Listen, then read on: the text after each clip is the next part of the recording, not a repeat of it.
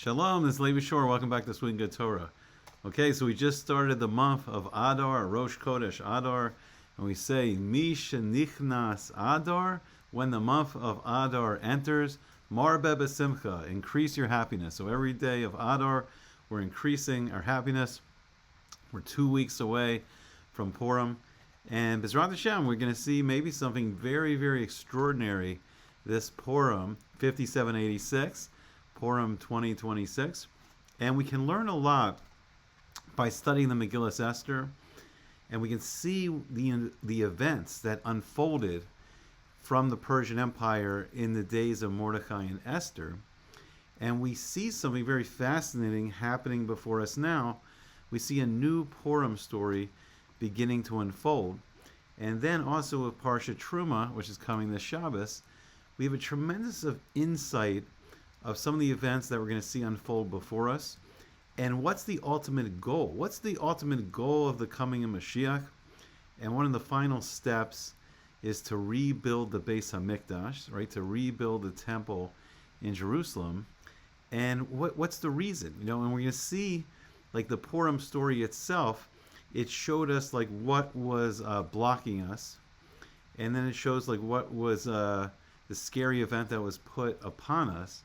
But this caused the Jewish people to do teshuvah, and this ultimately led to the rebuilding of the second Beis HaMikdash, the second temple in Jerusalem built by Ezra and Nehemiah.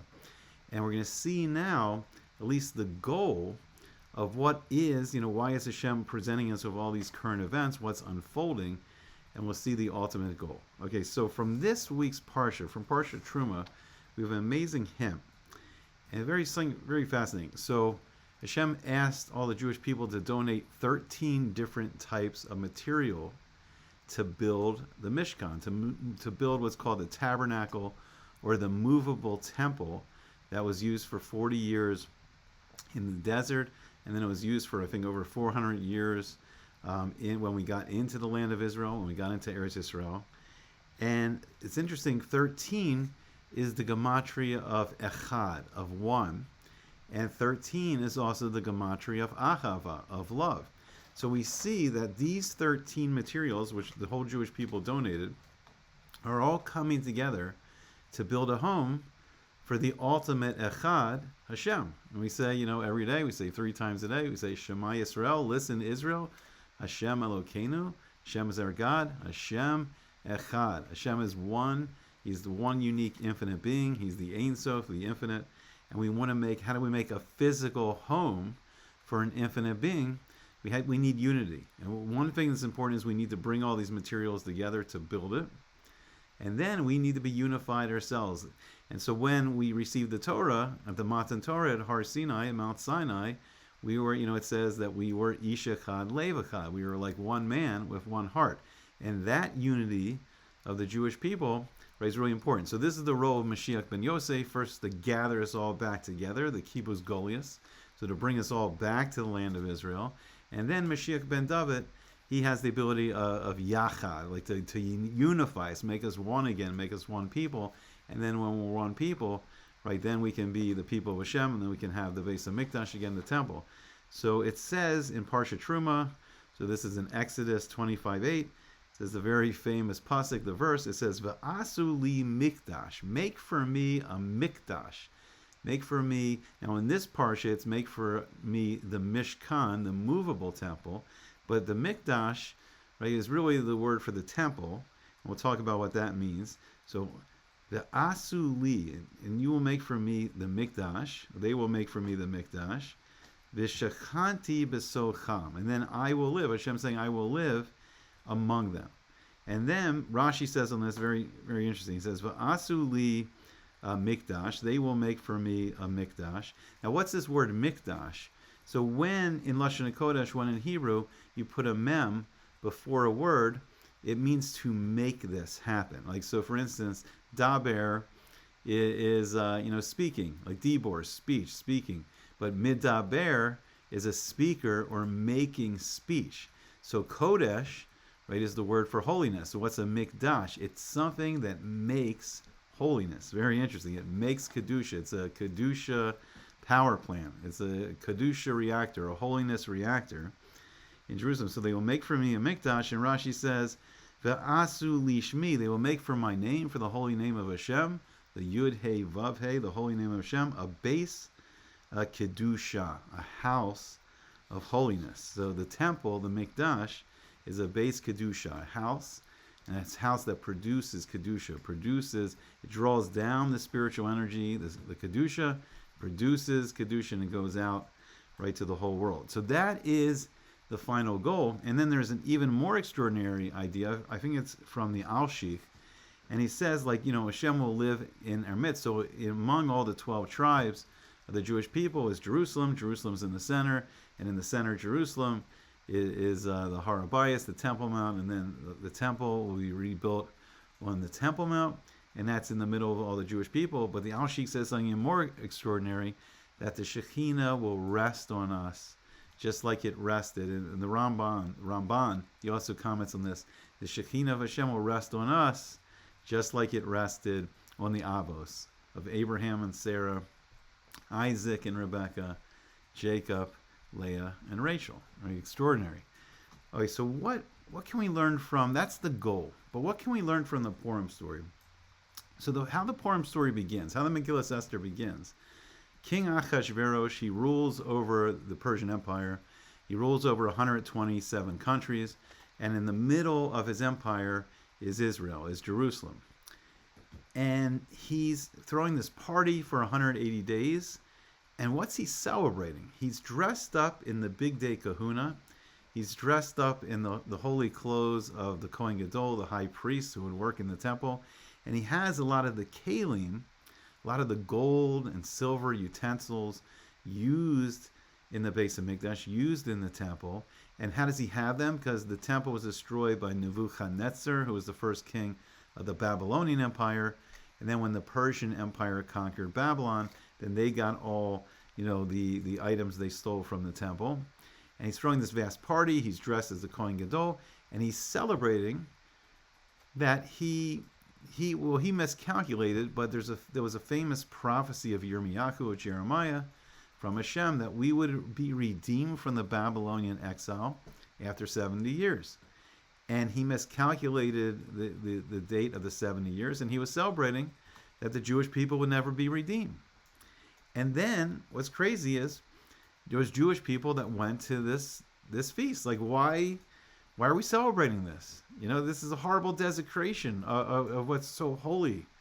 It's so holy, like the clothes of the Kohen Gadol that was used in the temple to do the avoda, to do the worship, for Hashem.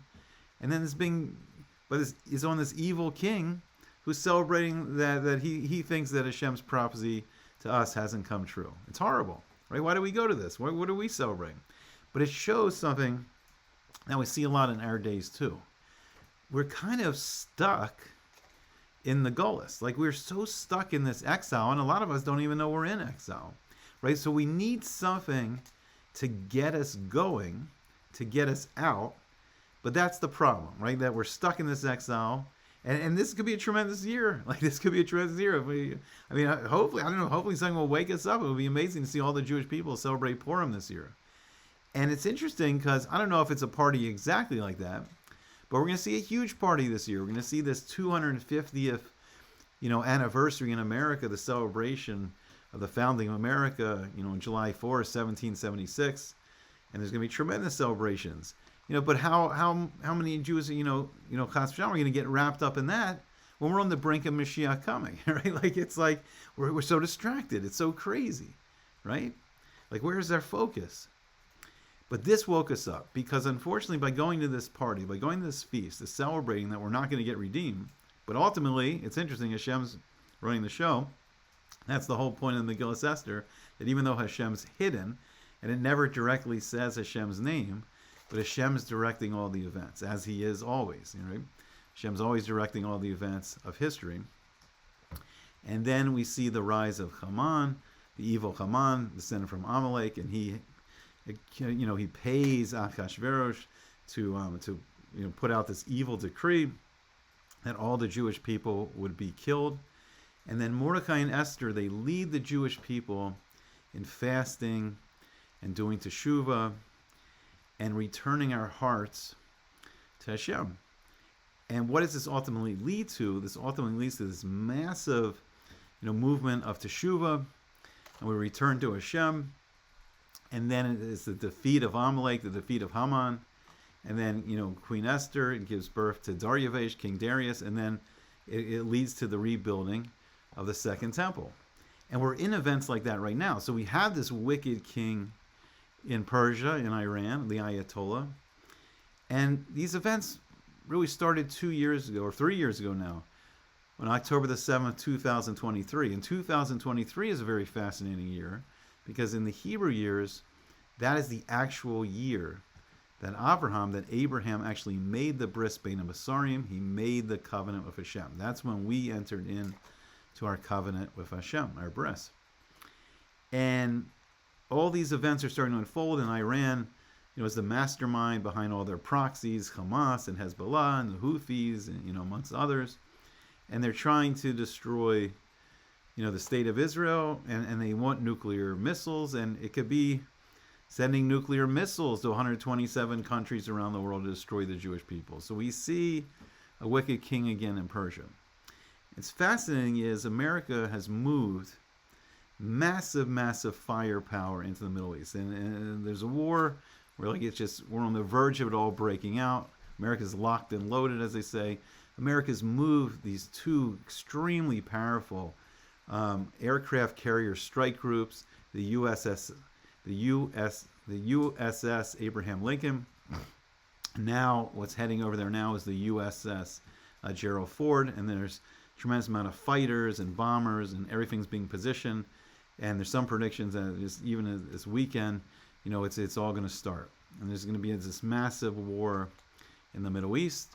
And we've seen, right, that I've talked about it a lot in the Gemara Masechta Avodah Zarah, Beis Amud Beis 2b, that we have this tradition that Persia will fall into the hands of Edom. In this case, it's the USA, and then that will begin the 9 months, the Chevlei Mashiach, the birth pangs of Mashiach. And then ultimately, what's the goal? We talked about it, Mashiach ben Yosef, gathering the Jewish people back together to the land of Israel, and then eventually Mashiach ben David uniting us all, and then the rebuilding of the Beis HaMikdash, the temple. So we see a lot of parallels. We can learn a lot from studying the Megillah Esther, which Bezrat Hashem, God willing, we'll do a lot of in this month of Adar. And there's great potential. So hopefully, I don't know what the event would be, or just it's slowly unfolding, but the Jewish people waking up and celebrating this holy holiday, this fun holiday, one of the best holidays of the year, of Purim. And the Arizal says that Purim is so holy that Yom Kippur is just a Yom, a day, like Purim. Yom Kippur, through the 25 hours of the fasting and the davening to Hashem, and we're like malachim, and we're not eating and drinking or bathing or anointing or many things that malachim also don't do, and we're so holy on Yom Kippur. But through the unity, the achdus of the beautiful mitzvahs of reading the Megillah, the Megillah Esther, and the matanos evyonim, giving gifts to the poor, and the mishloach manos, sending gifts, so everyone will have food, for their own Purim Suda, and the mitzvah of the Suda, and then, drinking the wine. And some say there's an obligation, a chiyuv, to drink the wine, so you don't know the difference between Baruch and Mordecai. Mordecai is blessed, and Aror Haman, and Haman is cursed. And it's a tremendous holiday. I don't know, it would be amazing to see the Jewish people. Something wakes us up now, and see all the Jews all around the world celebrating Purim. But we have this amazing potential. We're in amazing times. I mean, it's everything I said is locked and loaded. We could see the Ayatollah fall, and this horrible regime has killed. I mean, some say thousands of their own people. Some say tens of thousands of their own people. And it's been, they definitely don't like the Jews, the Ayatollah and his crew. So it's right there. We can see the downfall of the Ayatollah by Purim, or for sure, these are all events that Hashem is laying out to unfold to the coming of Mashiach, the goal of the redemption of the Jewish people, a return to Eretz Yisrael, a return in the land of Israel, and the rebuilding of the Beis HaMikdash. Okay, the temple in Jerusalem. I hope you enjoyed it. Leave me your comments. Like, share, subscribe, all the good stuff. Hope to see you back again soon on Sweet and Good Torah. All the best, and have a happy Adar.